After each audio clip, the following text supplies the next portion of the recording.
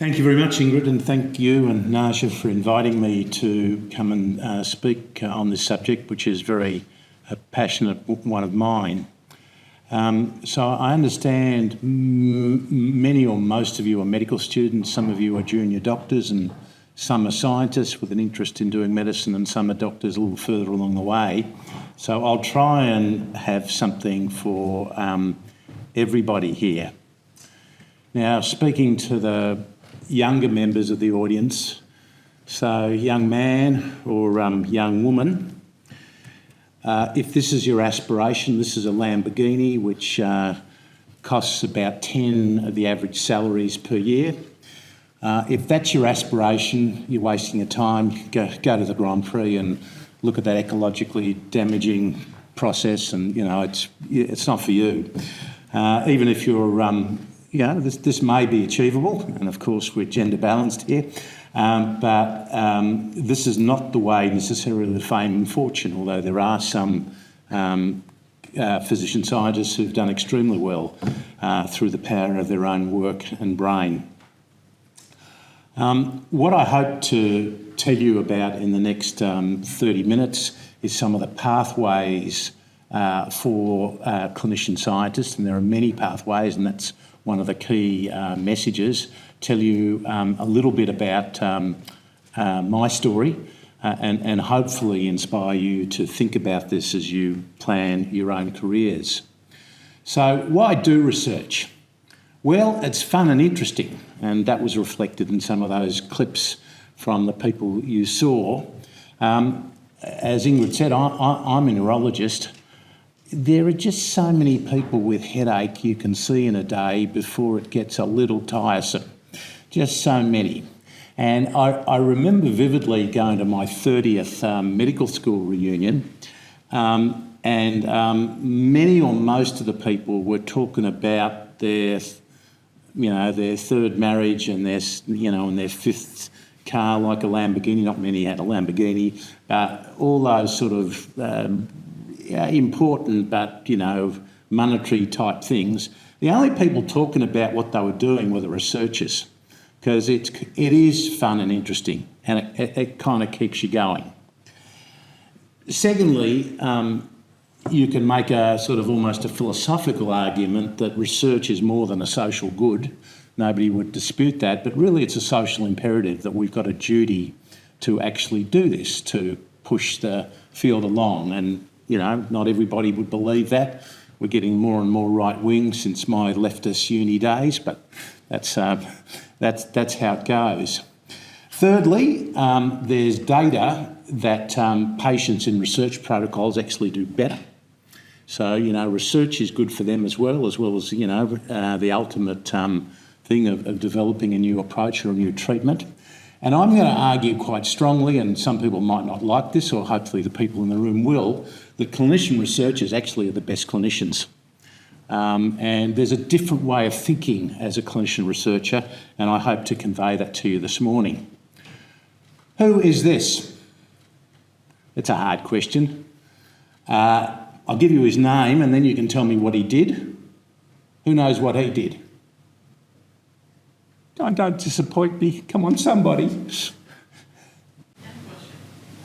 I'm sorry?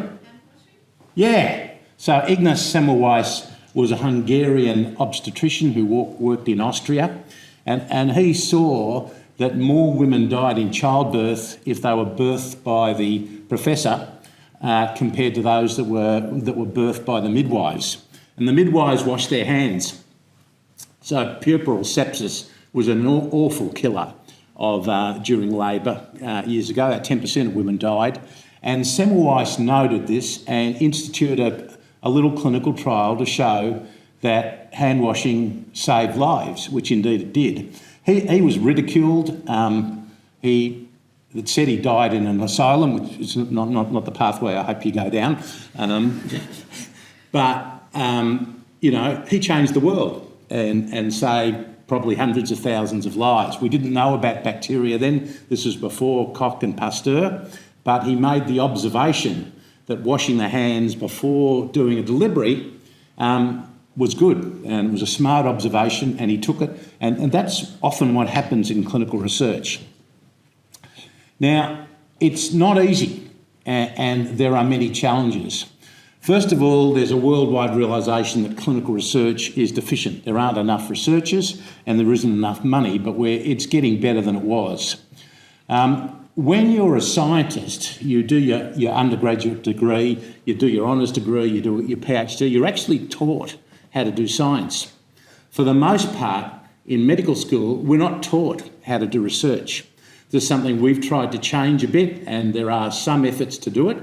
But it's important to realise that you know, after you graduate and maybe after you do your fellowship and you become a neurologist or a gastroenterologist or a haematologist, you can't suddenly do research. You can, but you've actually not been taught how to do it. And that's an important thing, and it's an important thing to do. There's also a perception that's changing, and it's no longer a strong reality that the funding is short, but that's getting better. There's a big push and an appropriate push for translational research, bench to bedside, which is tough. And there's a so-called big gap between the bench discoveries and the bedside. And it's you guys, the clinician-scientists, who need to fill that gap.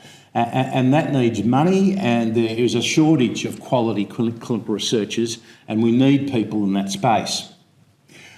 You could also argue as an individual, why bother? You're unlikely to get the Lamborghini. You know,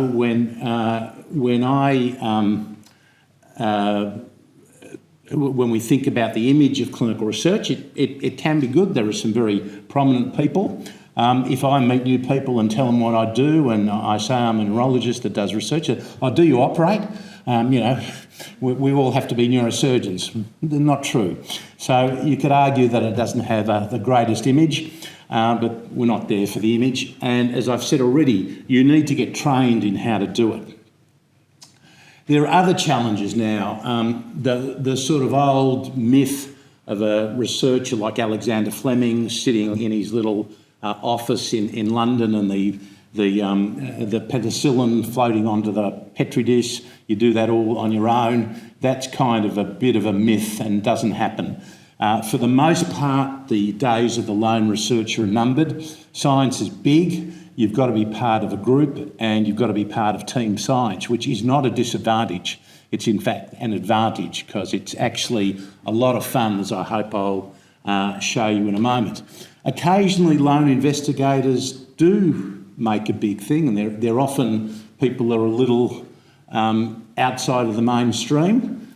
Can anybody name an Australian Nobel Prize winner who's one of those? No? Yes, Marshall and Warren. So very good. So what did they discover? Yeah. So the old view used to be that ulcers were due to too much acid. There was a pile of money poured into things that blocked acid, which worked to a small extent. And the idea that ulcers were caused by infection was nuts, just nuts. And they believed it, and they proved it. And now it's transformed the diagnosis and prevention and treatment of upper GI ulceration. So it occasionally happens, but I think it's the exception. This is our group. There's Ingrid there in the front as well. And, we've got a group of about 80 people from around Australia working on the problem. And team science is fun. And you can't do it all yourself. You don't have the skills. So what are some of the alleged and real problems of clinical research? Well, I'll tell you a bit of a story about me. I started as a neurologist. I knew I wanted to do it. I knew I wanted to do research.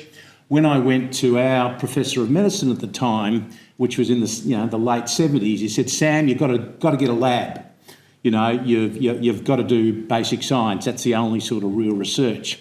And I struggled with that. I got a grant to do some basic science. I was terrible at it. It didn't go anywhere, and I knew in my heart that my ability, and we'll talk about what thing you should go for, was in clinical research. And the idea that it's not real research with some of the scientists put their nose up at you, that's garbage. The second thing is you can't practice medicine and be committed to research. And it is hard because we've all still only got 7 days in the week and 24 hours in the day. And it's tough to do, but you can do it if you juggle things appropriately. One of the problems is that when you're a clinician scientist working both in the clinical world and in the research world, you're competing with scientists who are kind of full-time research, and that is a bit of a challenge, but it can be done, and there are many examples showing that it can be done. Third, it's alleged that clinical research is easy. So it's not easy. It's extremely hard to do well. You're getting some of my questions right, which is great. So this is a hard one because it's a bit deeper. What's the fundamental problem in all scientific experiments that bedevils you, that makes it hard? See how you go with that one. Funding is one, yes, we'll get to that, but we're at a higher level now. We're not in the grubble pit of money. We'll get to that. Sorry? Confounding variables. Yeah, you're close. Variables and variance. Okay? So doing experiments on male Sprague-Dowley rats, all born at the same time, all fed the same chow under the same lighting, you've got stuff controlled. It's much more difficult to do it on us, on the people out there. And that actually is a really fundamental problem in clinical research that one has to deal. So you've got the issues of variance, then you've got compliance and ethics, which is important, but we're getting more and more, we're getting better at that. There was a view that you wouldn't get funded, and that view certainly had some truth later on, but thankfully has changed. And there's also what I call the re-entry syndrome, which is less of a problem now, but we typically trained in Australia. We typically went overseas, which is no longer necessary, although it can still be good. And you have a fantastic fellowship at the Mayo or in Boston or in London somewhere, and you come back to your little department in Australia, and there doesn't seem to be much you can do. Well, there is much you can do, and many of the people you saw on that video are examples of that. So there is a problem with training. Previously, there was very little offered outside of epidemiology and public health, where there's been a strong tradition of training.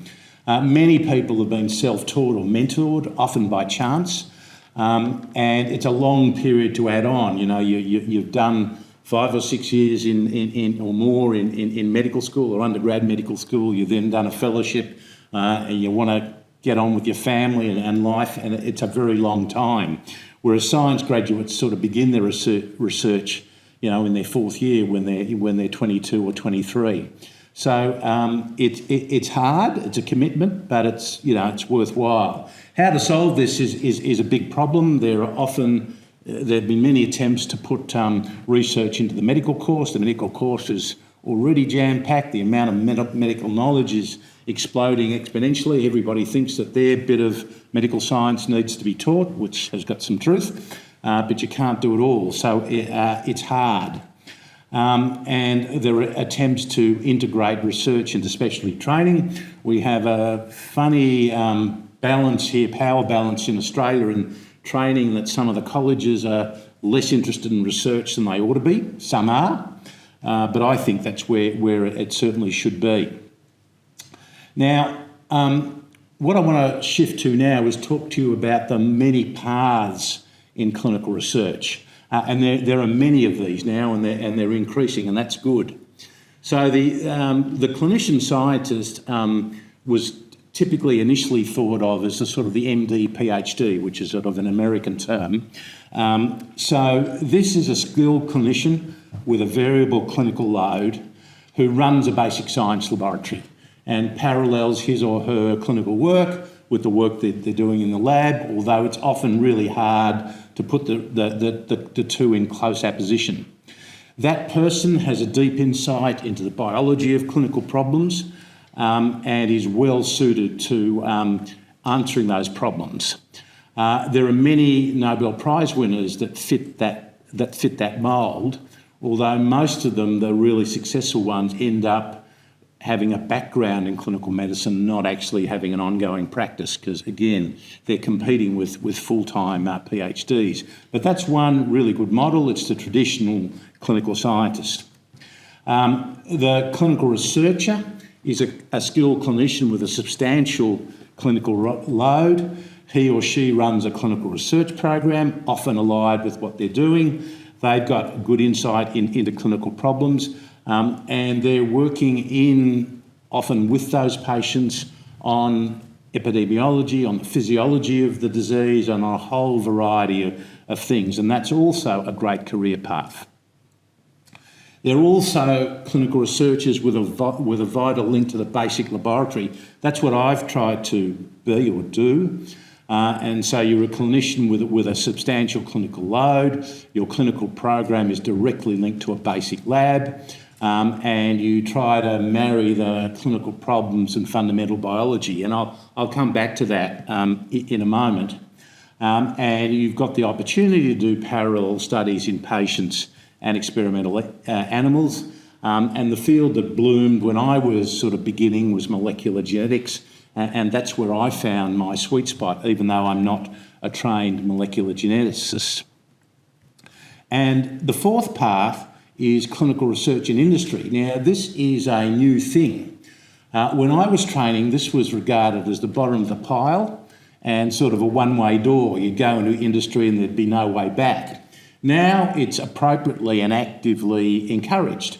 And there are fellowship programs to get clinician scientists trained in industry. It's great if you've got a business head, which I don't, but these people are really vital to the translational research effort and make big gains in fundamental research. So previously a one-way door, but it's now sort of actively encouraged. Now, the next slide I've often had in these talks, and many people don't understand it, and it's interesting because it's actually changed, and I will dedicate this slide to Professor Stanley, who's just come in. I don't know whether she's ever seen this. This is from the New Yorker. You have seen it? Good. So let me explain it, because not everybody gets it. So this was published about 20 years ago, and it was meant to be a sarcastic view of the nerdy scientist. So, or nerdy clinician, or somebody who's doing something of very little value, and how typically brilliant of you was to invite an epidemiologist, and nobody knew what an epidemiologist was. Come COVID, which medical scientist is in all the newspapers, on all the radio shows, and in fact is the person one wants to listen to, is of course epidemiologists, and of course it's a very important major stream, and I relate to this slide in terms of the way our views of science change. Now, what should you consider?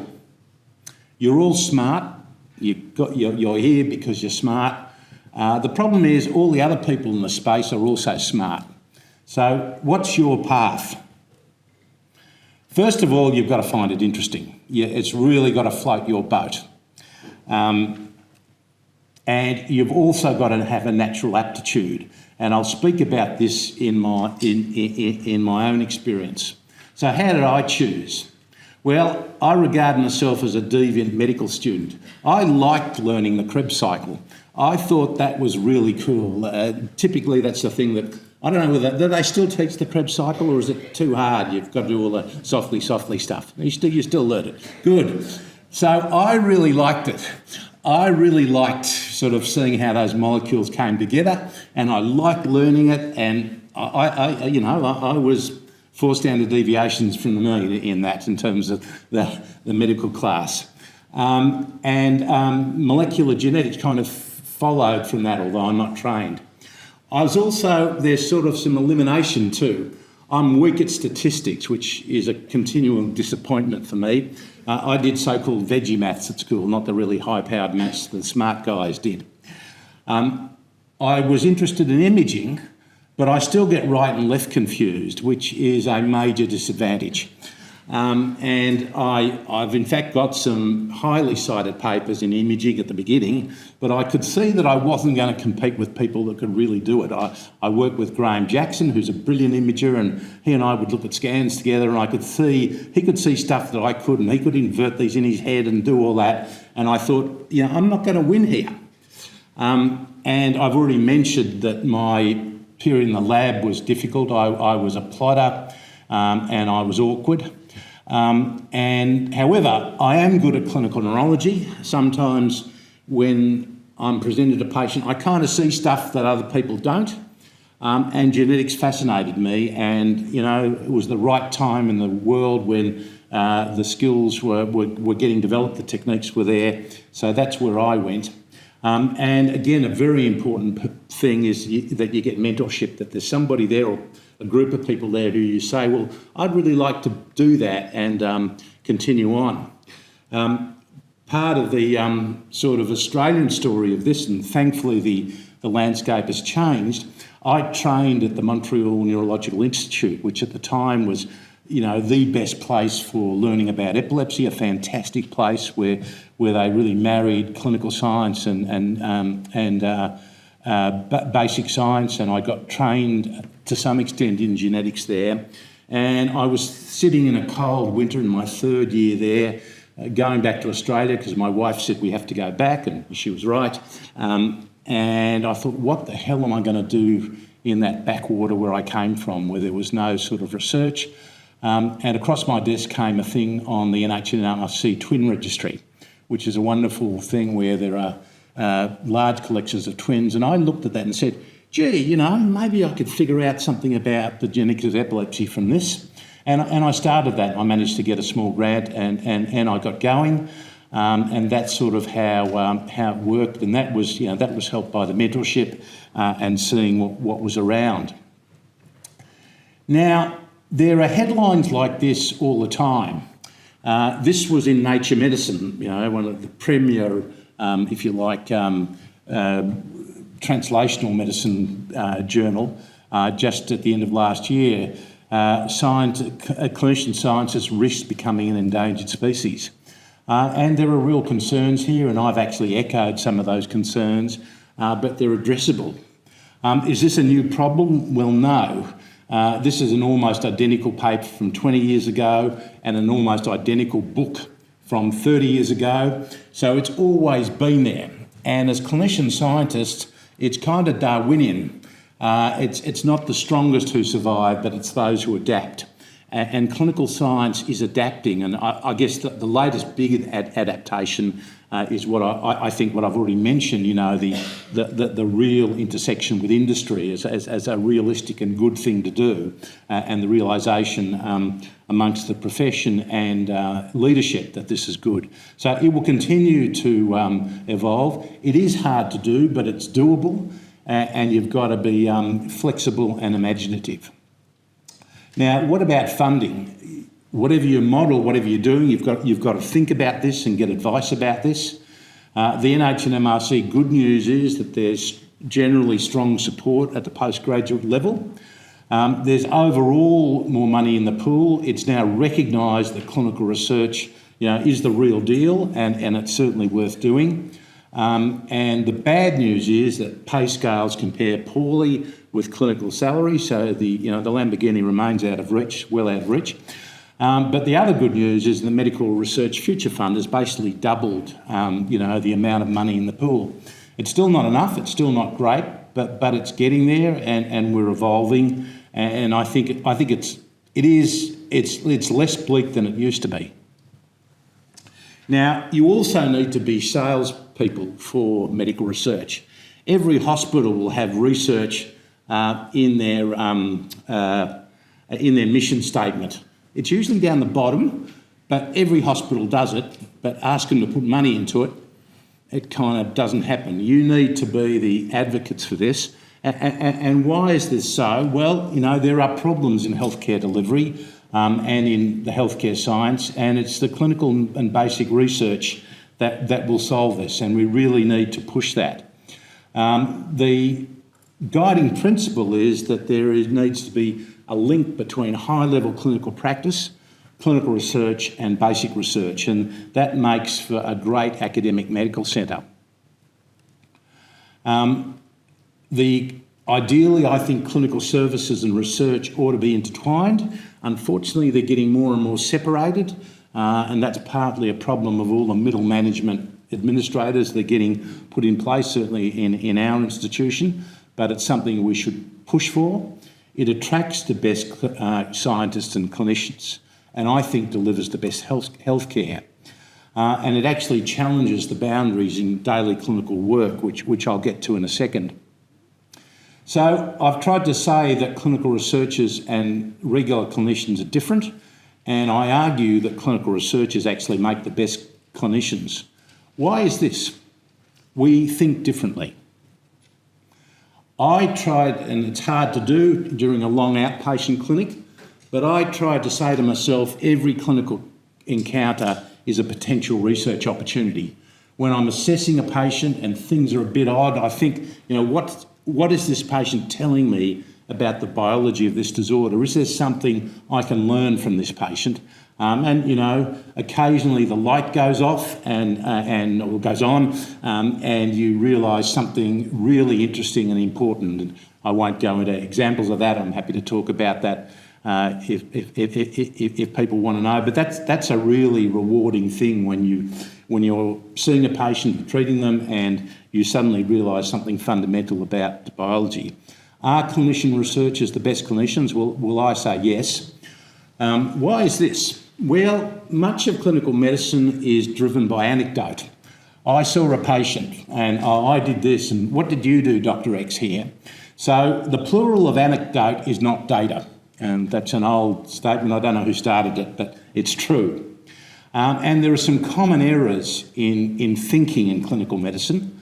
We're swayed by a remarkable example, which can be idiosyncratic, and that refers to above. I've heard numerous times, colleagues saying, this is what you do in this situation based on one example, and then when it's studied more deeply, it's shown not to be true.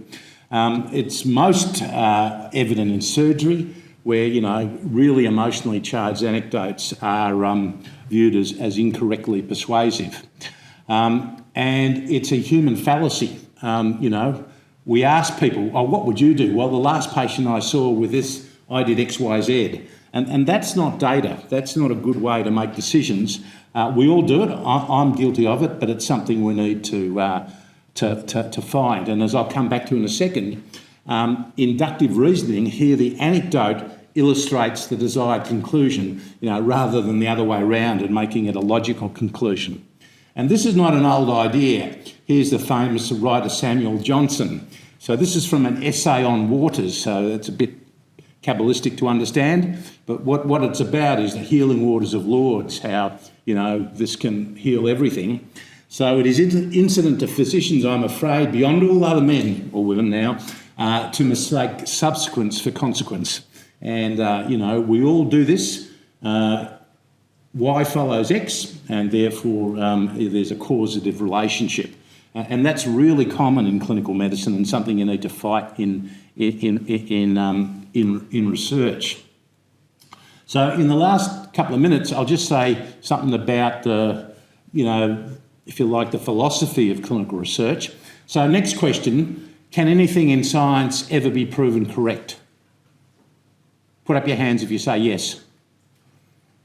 Put up your hands if you say no. Okay, good. So Karl Popper taught us how to think scientifically, and he rejected the classical inductive views. This was, particularly from psychoanalysis. So the psychoanalyst sort of saw observations in people and then induced the view that this was the cause of their mental illness. And Popper said we should do empirical falsification, where nothing can be proven, but things can be falsified, and as you build that level of evidence, it kind of the truth or the apparent truth starts to become clear, and you need to have decisive experiments. This is an opinion question. What's the greatest book ever written on science? in one. You get origin of species, pretty good. So my vote is for this, Newton's Principles of Mathematics. So this is, and I'm not a mathematician, but this is the book where he laid down all those laws of physics, all the laws of motion, etc., all the things we observe in everyday life. As a lazy medical student, how the billiard balls move on the billiard table when you should be in class and all that kind of stuff. Are Newton's laws of motion correct? Have they been proven? They're part of your everyday life. Well, the answer is they're not correct. They're not correct at the extreme, at the very micro level and the very macro level. They're true in between. So even this sort of fundament of science, which is still true in the majority, is still not true overall. And that kind of thinking is kind of important. So, nothing can be proven beyond doubt. We draw inferences about truth in the universe, and you need to have a study plan that allows you to address the research question. What questions should you address as a young researcher? Well, you first need to master the literature. One saying of my mentor is that everything's been written, but not everything's been read. And there's an enormous amount to read now. So you need to be aware of the latest techniques and data. You need to utilise your supervisor and be sceptical about conventional wisdom and put the unresolved questions into a clear view. You've got to ask yourself, is your question relevant and valuable, innovative, is it practical, specific and testable? And this is a sort of simple, almost motherhood picture, but good projects are found at the passion of one's talents, whether you're good at it. I couldn't do statistical type work. I just don't have the talent. You've got to be passionate for it, and it's got to be a reasonable objective with the people you're working around. This one I'll leave. So how to get started? You need a basic curiosity. You should read deeply. You've got to realise clinical research is a new way of thinking. It'll make you a better clinician. You want to get mentorship. You want to get advice about funding, and you want to get good training, and you've got to collaborate. Science is big. And, it's really been a great journey for me, and perhaps a lucky journey. So to summarise, there are many paths. It's challenging, it's never boring, and it makes a real difference. There's no Lamborghini, but it can be rewarding, and this is one of the highlights for me with Ingrid getting the PM's prize a number of years ago. So I'd encourage you to think about it. And I'm happy to take any questions.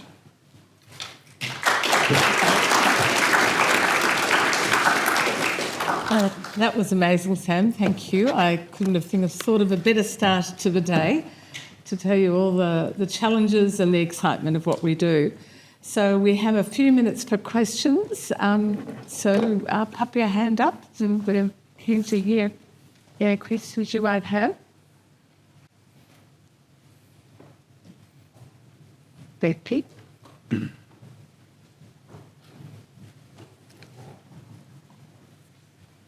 Thanks for the great talk.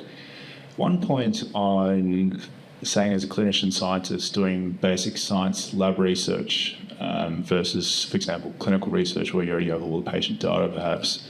What are your thoughts on choosing one or the other, or is it even possible to do both at the same time as a clinician? I think if you're trying to be a clinician and be on a clinical service, run a clinical research program and run a basic research program, you need to find a way to get 80 hours into the day. So I don't think it's realistic, but to work as a clinician to do one or the other is realistic. I've already mentioned I've chosen the role as a clinical scientist. As a basic scientist, as I said, you're competing with basic scientists who do that full time. So that can be tough. But having said that, there are examples of very successful people that have run a lab and run a clinical service. But doing all three, in my view, is just not realistic. Got time for one more question?